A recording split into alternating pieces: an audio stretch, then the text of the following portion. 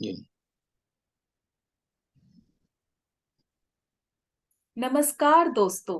जीवन के रंग पत्री जी के संग कार्यक्रम में आपका बहुत बहुत स्वागत है, अभिनंदन है। आदरणीय पत्री जी ने हमें ध्यान का इतना अनमोल उपहार दिया है, जिसे अपने जीवन में अपनाकर सभी ने अपने जीवन को धन्य कर लिया है। और इस मंच पर हम आपकी मुलाकात उन ध्यानियों से करवाते हैं जिन्होंने ध्यान को अपनाकर अपने जीवन को एक नई राह दी है।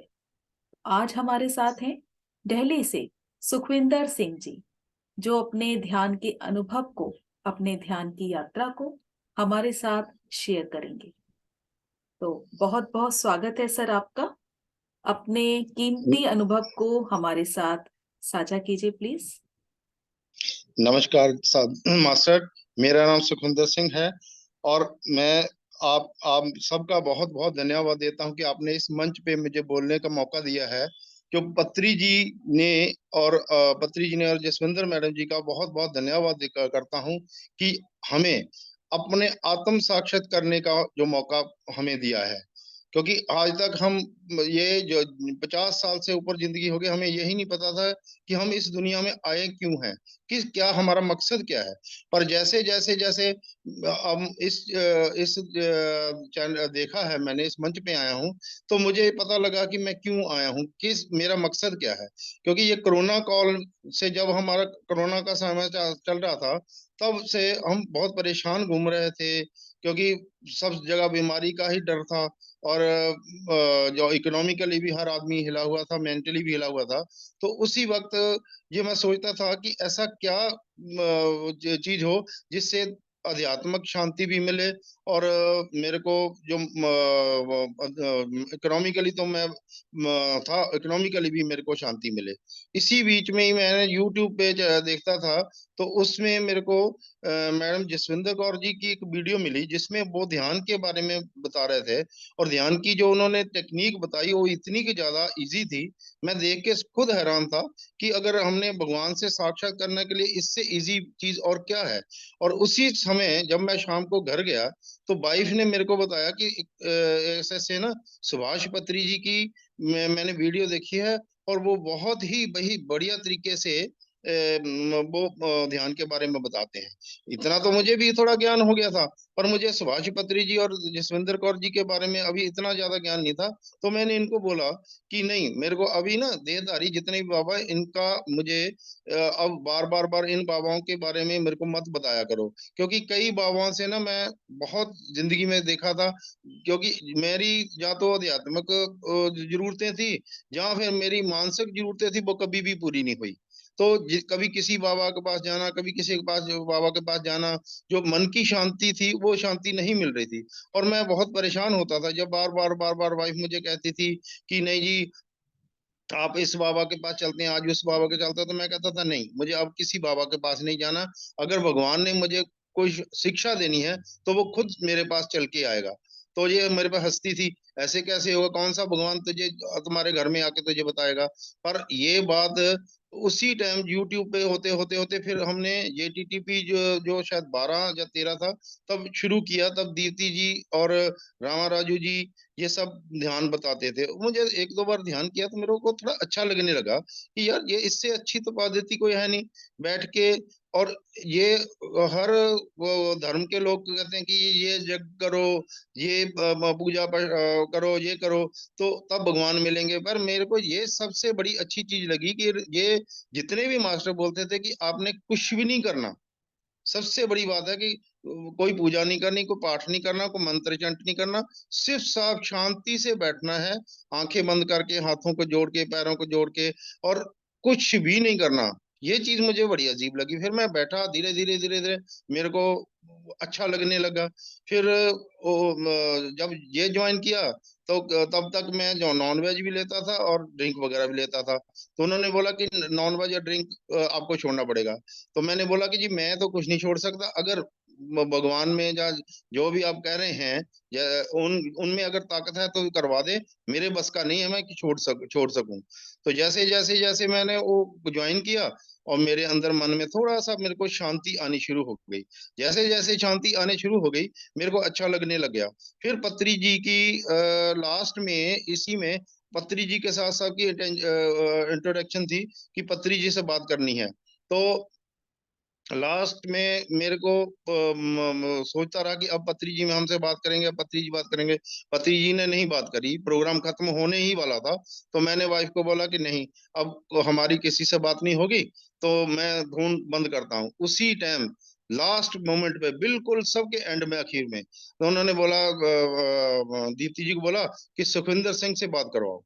मैं खुद बहुत हैरान कि ये इनको कैसे पता लगा कि मैं सुखविंदर सिंह, जो जलंधर से सुखविंदर सिंह है, उससे बात कराऊं। तो मैं उनसे मैं तो, मेरे को तो ऐसा लगा कि मेरे को दुनिया जहान की चीज मिल गई। जब मैंने उनसे बात करी, तो मैंने उनको बताया कि ऐसे ऐसे, और मेरे को, मैंने पहली बार ही उनको बात कर रहा हूँ, और मुझे ऐसा लग रहा था कि जैसे मेरा बचपन का दोस्त मेरे साथ मिला है। और मैं बड़ा खुश, और वो भी बहुत खुश हो रहे हैं। वो मुझे ये कह रहे हैं कि जब जलंधर आऊंगा, मैं आपके साथ आलू के पराठे खाऊंगा। तो मुझे बहुत खुशी हुई। मैं कहा भाई, ये तो भाई बहुत ऐसी महात्मा तो मैंने जिंदगी में नहीं देखे, जो अपने मन की बात, हमारे मन की बात करते हैं। धीरे धीरे धीरे, फिर उसके बाद जैसे ये उन्होंने ये चीज बताई, फिर कुछ दिनों के बाद मेरे को जसविंदर कौर मैडम का फोन आता है। तो कहती है कि सुखविंदर जी, पत्री जी नॉर्थ इंडिया में आ रहे हैं, पहले तो आप बताओ, अगर दिल्ली आ सकते हो तो बहुत बेटर है। तो मैंने बोला कि मैडम, दिल्ली तो मैं आना मेरा मुश्किल है, मेरी बेटी है दिल्ली में, वो उनको मिल लेगी। तो वो कह रहे अच्छा ठीक है, उनको भेज दो। वो तब बेटी मिली, बेटी भी बड़ी खुश हुई। तो मैंने उनसे पूछा, बेटा ये महात्मा कैसे हैं? तो कहती, पापा ये मैं पहले ऐसे महात्मा देखे हैं, जो अपने आप को कहते हैं कि मैं आपका फ्रेंड हूँ, और हैंडशेक करते हैं। कह रही, मैं क्या कमाल की बात है। मैं कहा नहीं तो बाबा लोग को तो सब पैरों को हाथ लगाते हैं, और दूर से ही उनके चेले भगा देते हैं, चलो चलो चलो बाबा जी बिजी, बहुत बाबा जी बिजी हैं। तो कह रही कि वो हैंडशेक करते हैं, और आपको कहते हैं कि मैं आपका फ्रेंड हूँ, और बुढ़ा हो, बुजुर्ग हो, बच्चा हो, सबको कहते हैं मेरा आपका फ्रेंड हूँ। मेरे को भी क्यूरियोसिटी हुई। उसी टाइम फिर मैंने वो मेरे को फिर दोबारा जसविंदर मैडम भैन जी का फोन आया।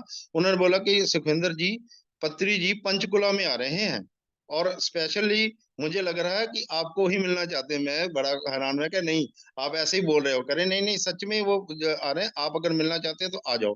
फिर मैंने बोला कि अब तो मेरे को जाना ही है। मैंने फिर जल्दी से जल्दी वाइफ को बोला, बेटे को बोला, हम जल्दी से सवेरे जल्दी तड़के गाड़ी में बैठे, और पंचकुला पहुंचे। पंचकुला पहुंच के जब तब लंच का टाइम चल रहा था, तो सब ने बोला कि पहले लंच कीजिए, लंच कीजिए। तो खाना खाया, फिर पत्री जी के पास जैसे ही गए, जसविंदर मैडम ने बोला कि चलो पत्री जी से आप बात हुई? मैं कहा नहीं, मेरी तो कोई बात नहीं हुई। तो कह रहे चलो मैं मिलवाती हूँ। और जैसे ही हम मिले, तो उन्होंने ऐसे मिले हैं, जफी पाके मिले। मैं खुद हैरान। मैं कह रहे दोस्त कैसे मिलते हैं? मैं कहा जी, जफी पाके मिलते हैं। तो वो जफी पाके मिले मुझे, और फिर बोले बोले कि ऐसे करो, मेरी टांग दबाओ। मैंने टांग दबा लिया। उससे उससे ये क्या था कि मेरे पहले राइट साइड में घुटने में बहुत दर्द होती थी। तो जैसे ही उन्होंने टांग दबाना शुरू कर दिया, तो कुछ देर बाद उन्होंने बोला, जो बाकी के लोग थे, कि आप जाइए पत्री जी, और किसी से भी मिलेंगे और थोड़ा आराम करेंगे। तो मैं जाने लगा, और वाइफ और मैं जो जाने लगे, तो पत्री जी कह रहे, कहाँ जा रहे हो? मैंने बोला जी, वो और लोगों को भी मिलना है। तो कह रहे जाने, किसी को नहीं मिल, जो आ रहा है उसको ऐसे ही मिलते रहेंगे, आपने कहीं नहीं जाना, बैठो आप। और मेरे दबाव, टांगी दबाव दोनों। मैं दबाता रहा। फिर थोड़ी देर वो पत्री जी की आंख लग गई, और हम चुपके से बाहर आ गए। और जैसे बाहर आए, कुछ देर बाद वो उठ के बाहर आ गए कि हम बातचीत करने लगे। आते फिर मुझे और मेरे बेटे को बोला कि आप मेरे टांग दबाओ, आके टांग दबाते रहे, दबाते रहे, दबाते रहे। जैसे जैसे दबाते जाऊं, और मेरे को अंदर से मतलब आंसू बह रहे हैं, शो तो नहीं कर रहा हूँ। पर फिर मेरे को उन्होंने बोला, अनुभव बताओ। अब मुझे तो अनुभव कुछ था ही नहीं। तो मैंने उनको बोला कि सर, मुझे अभी तो कोई अनुभव नहीं है।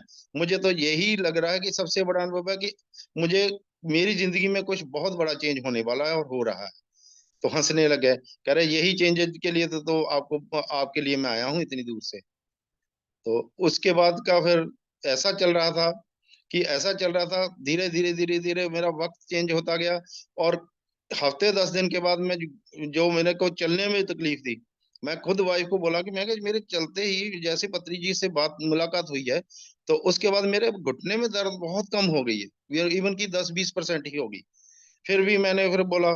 फिर उसके बाद क्या हुआ कि जैसे ये सारा हुआ, उन्होंने हमें बोला कि आप आना। कुछ वजह ऐसी थी कि हरिद्वार में भी बुलाया, फिर उन्होंने वहाँ बेंगलोर में भी बुलाया, पर हम किसी वजह से नहीं जा पाए।